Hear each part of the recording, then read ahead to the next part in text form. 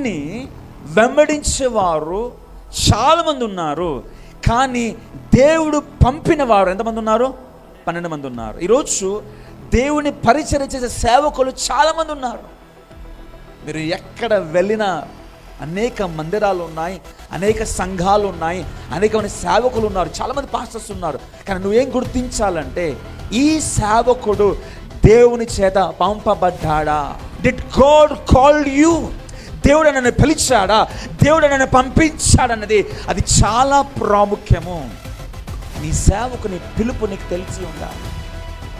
నువ్వు ఏ మందిరానికి వెళ్ళినా, ఏ చర్చికి వెళ్ళినా ఆ సేవకుని పిలుపుని తెలియాలి. Did God called you?